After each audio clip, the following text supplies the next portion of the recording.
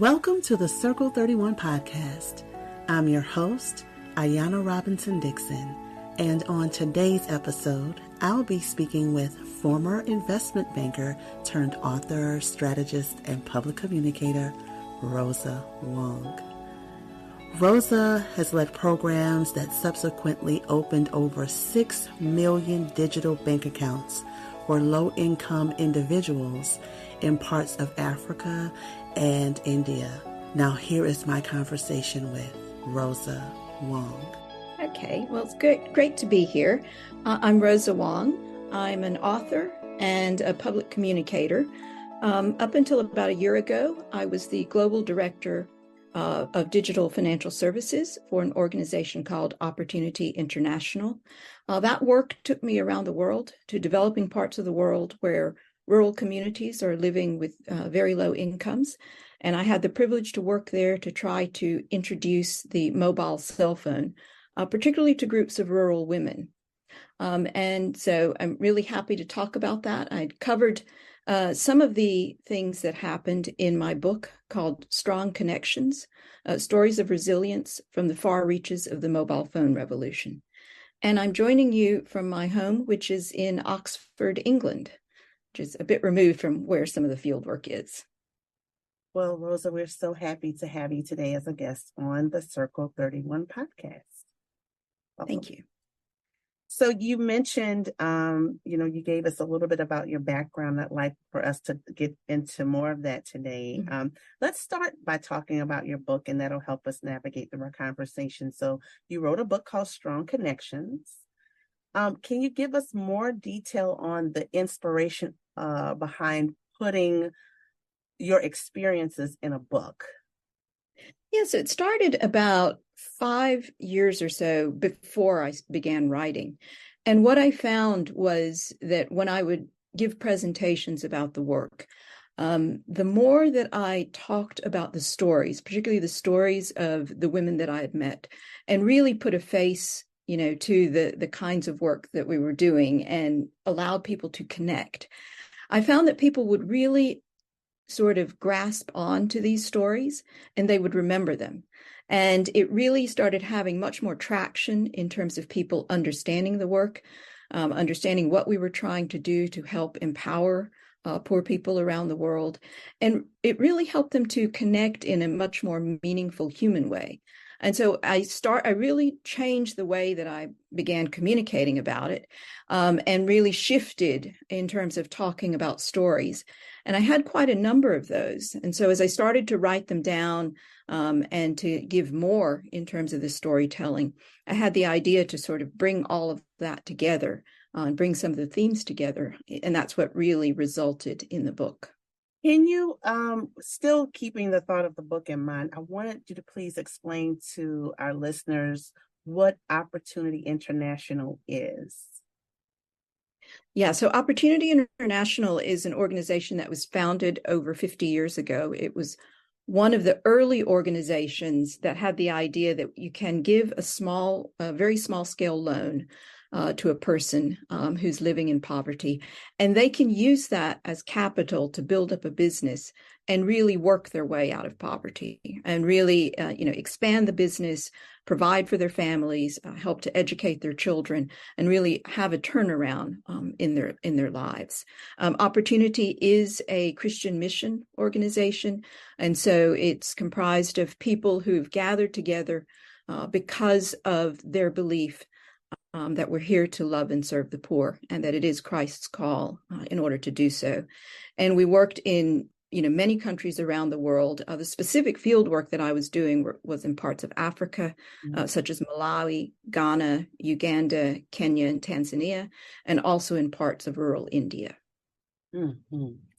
Now, I'd like you to talk to us about how you believe mobile phone technology makes an impact on the lives of those who are in extreme poverty. Can you give us some insight on that?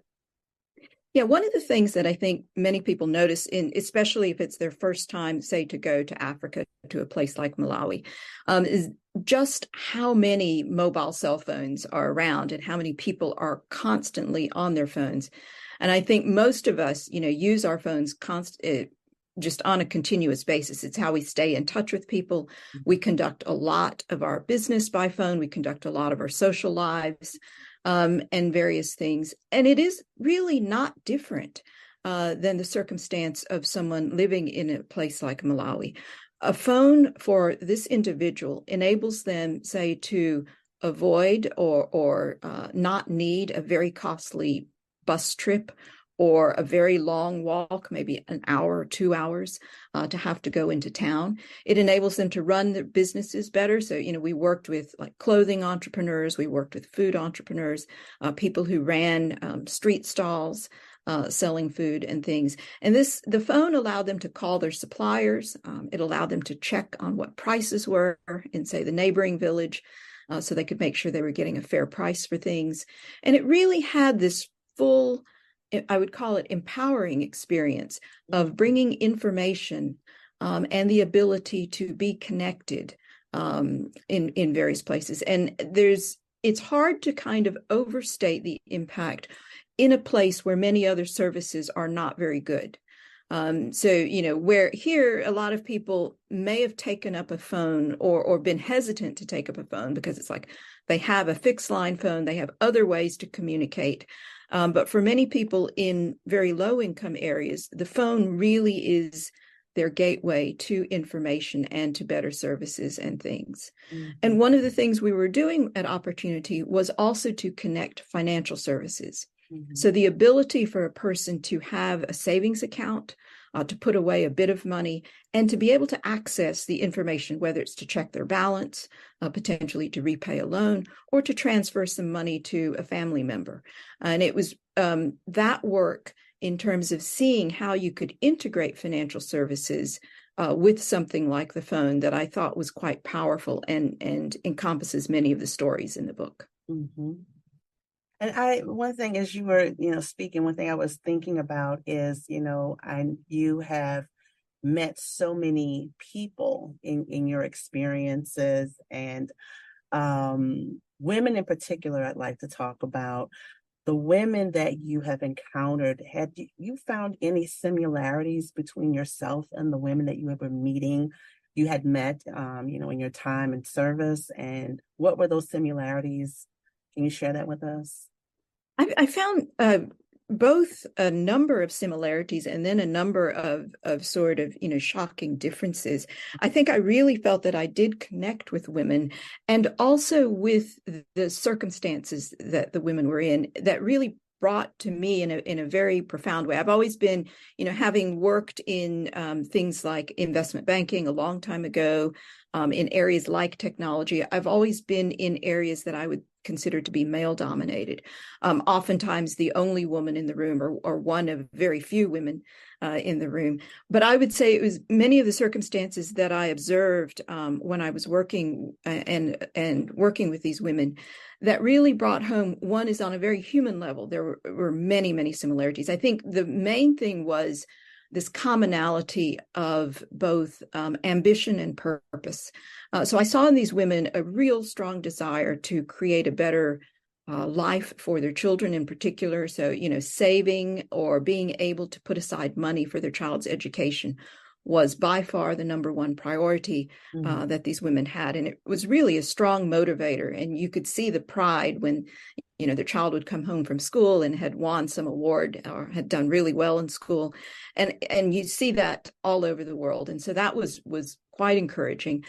We found, a number of the women also were women of faith. And it was a very strong part of their identity and why they took part with the community and other things.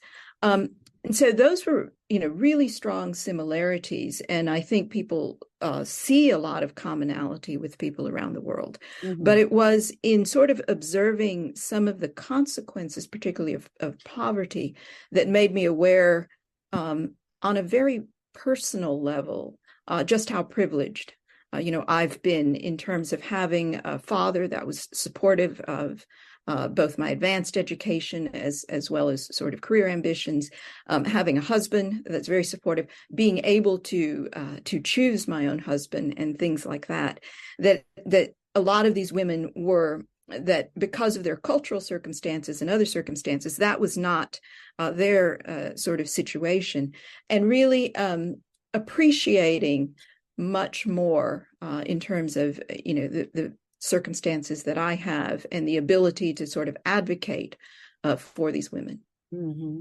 Is there a particular situation or instance that you can remember that has stood out to you the most when we're talking about women in their, in different parts of the world that you've traveled to, in their extreme poverty and disadvantage? Is there something in particular that just logs your memory?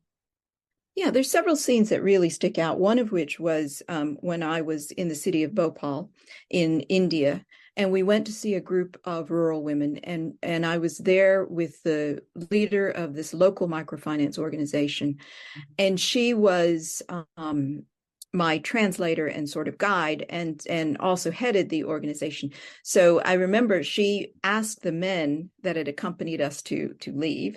And this meant that the women felt much freer to talk.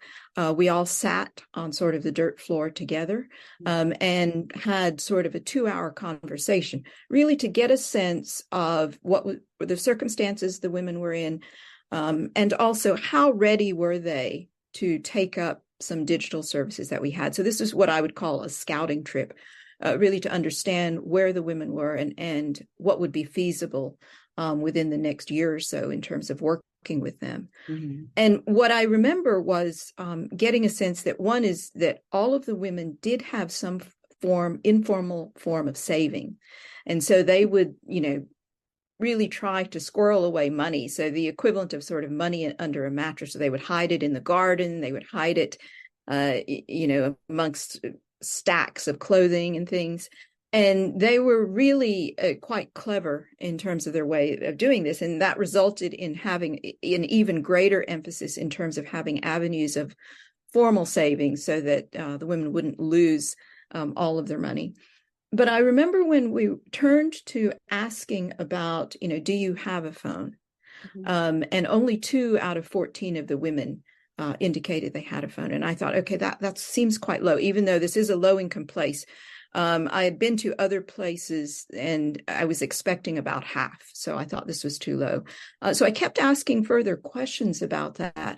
And it came about that all of the husbands of these women had phones. So the entire area, even though it was very low income, and the husbands also had literacy challenges and so forth, but the husbands would have the phone. And I realized that this caused quite an issue because if the husband, say, worked as a day laborer or something and worked away from home during the day, he would take the phone in his pocket and leave.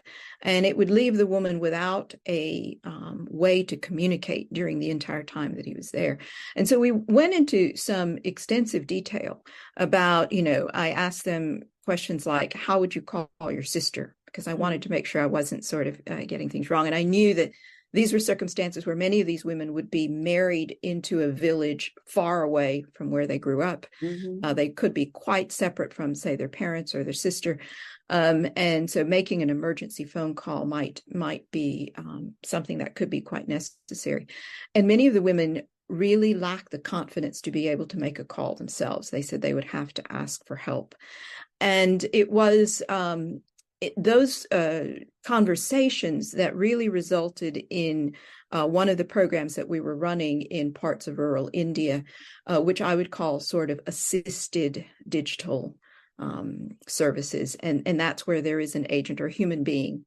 And so we invested heavily in terms of recruiting women as agents so that there could be women who were better educated and more technically adept, and they would be able to assist some of these other women. And it really gave me a sense that, especially in these village areas, that the women had very strong social bonds. And that was one of the reasons that they were able to despite very, very sort of modest circumstances, were able to maintain businesses, were able to raise their children, and so forth. And if they had difficulties, they would have, say, another village member or someone help them. And that really developed into what I call the assisted digital program, which was a network of women agents in the area.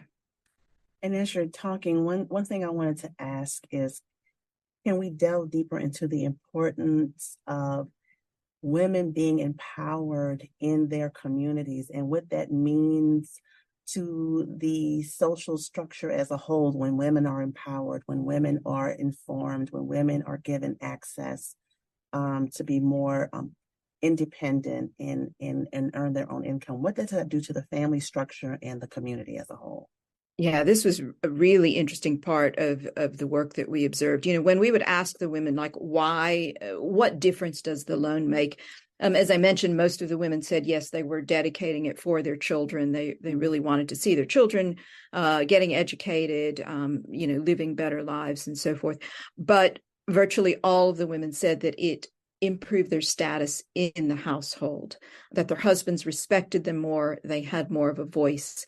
And one of the things that I think was also a really big learning for me was that when we would ask the women, like, can you use the phone or attempt to do a transaction, that a lot of the women starting out lacked confidence. It wasn't that, even if they had a phone available, they might hesitate in terms of navigating, say, a menu or trying something new. And it was really an issue. And it was a little bit challenging for me because, I grew up in the States, in America. And I think children in America are raised mostly to have a good sense of self and to have self-confidence and to try out new things. And so to encounter what is beyond just a technical issue, but really is an issue of confidence, really did, again, make us think about how do we then approach this problem and how to sort of change the script. And what I found was that a lot of the telecom companies or a lot of the corporations that are working, while they do offer good services, they would often try to train people on the mechanics, on the technical part. Like, this is a menu, this is how you navigate. And again, many of these women did have literacy challenges because they didn't have the opportunity to go to much school at all. But what we found was oftentimes these women needed more of a sense of reassurance. So what to do if you run into difficulty, or to say, don't worry if the connection drops, you're not going to lose your money. Or if you need help, this is a number, or this is someone you can talk to. And we would find in these groups that people would obviously know who had sort of slightly better education or was more adept, and they would have to take a role. As they understood, they would take a role in terms of helping. So it was like, oh, yes, if you run into difficulty, go see Mary. She's actually able to do this. And what we found was that as the women gained confidence, they gained confidence in terms of being almost their own agent of change within these areas. So as they became empowered, they just took it upon themselves to help other women, to be a resource, and also to be a source of encouragement. So I think they would know better than anyone else. Okay, why is someone intimidated, say, to try a new service? Why might they need to be sort of reassured? And I think these are things that are a little bit nuanced, but I really do think made a difference in terms of our ability to impact the numbers of women that took up these services, but also the quality of services that were received. Rosa, I'm sitting here thinking about your transition from investment banking Yes. to what you've been doing. And so can you help us understand why you made that transition into serving the way that you're serving now? It was, I would say it wasn't a immediate kind of thing. It was somewhat of a gradual process. I felt that within investment banking, I had learned, the things that I could learn. I had had the good fortune to work in some very interesting places, to have traveled and to have seen a lot of the world. But I think it was a common thing that a lot of people come to once they've had some years of experience of asking themselves, am I making an impact? Am I really making a difference? And also at the same time, seeing how much need is in the world, and how many people sort of need that. So I came upon, so I, made the decision to leave investment banking, and I was recruited by a friend actually into the world of social entrepreneurship, or the ability to use kind of business methods or business techniques towards solving some of these deep problems, like poverty, like people living in illiteracy, like women who need to be empowered more. And it was a gradual kind of thing. In my book, I call myself an accidental technologist, because it's all self-taught. And I would encourage people not to be as afraid to try different things, or to work on things that seem sort of not exactly in the field where they have experience. But it was, and the work with greater impact and with greater service has been much harder, because you don't have the layers of sort of people to kind of assist you the way that was there in investment banking. But it certainly, you can definitely see the impact, and you can tie it to a purpose. And so I would say from that standpoint, I've never thought about returning to investment banking, and it's something that I would strongly encourage people to give some thought to. So your book, Strong Connections, where could our listeners purchase a copy of that? So Strong Connections is available on places like Amazon or other resellers who have books. It's on my website, so all of the different places to order. And it is available in both paperback form and also in the ebook, in the electronic book. And it covers, the content of it covers the period of about 2008 to about 2018 in great detail, but is brought pretty much up to the publication date, including sort of wrestling with the pandemic and other things. What do you hope that readers will take and grasp once they read your book? So I go a little bit into this. I had great ambitions when I thought about writing, and the whole process of writing really did surprise me. It surprised me that how emotional I think it was, and recounting the stories of the women.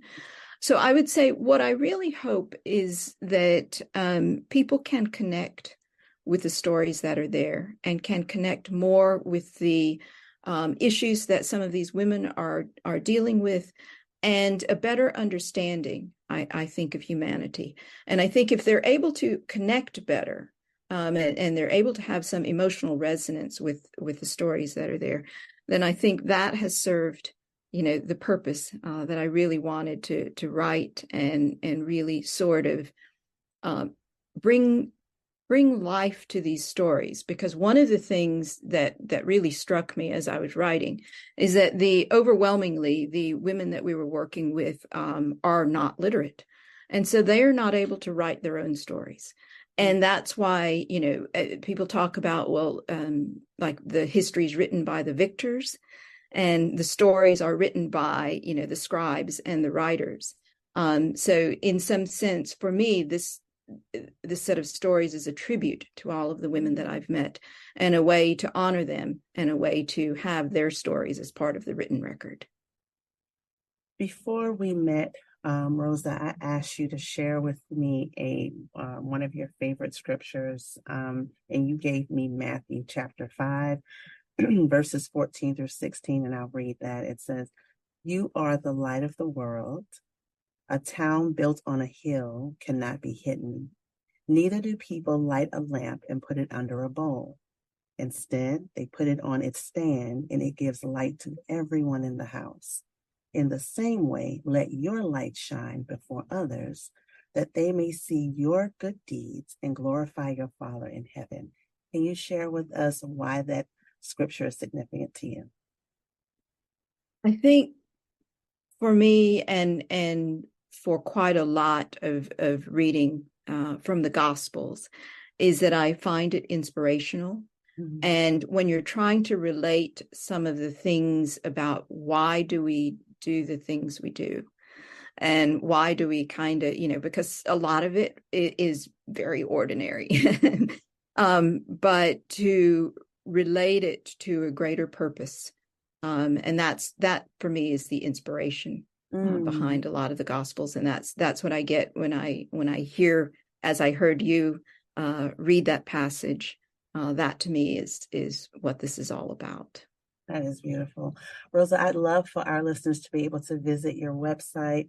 Can you give us that your link, your web address? What is your website address? Yes, my website, it's my name. So it's rosawang.com. It's ROSAWANG. And it should also lead to other links, such as social media and so forth. But the links to the book can be found on the website. As well as links to, various things. So I'll put the podcast link once this is available on there. Okay. Rosa, do you have any final thoughts or words that you'd like to leave our listeners? I would just say thank you. And thank you for all the people that have sort of reached out and read about this, because for an author to have other people kind of read and engage with your work is such an honor and a privilege. Mm-hmm. Well, it's an honor for us to have you as a guest today on the Circle 31 podcast, and we want to applaud you and thank God for everything that you have done and what you continue to do to empower women and to empower those who have been overlooked by some. So we thank you so much for giving people hope and giving them tools to improve their lives and the lives of their families. So thank you so much. Thank you. If today's episode was a blessing to you, visit our website at circle31internationalwomensministry.org to follow our podcast, listen to past episodes, and to read our blog. Charm is deceitful and beauty is vain, but a woman who fears the Lord, she shall be praised. Thank you for joining us today.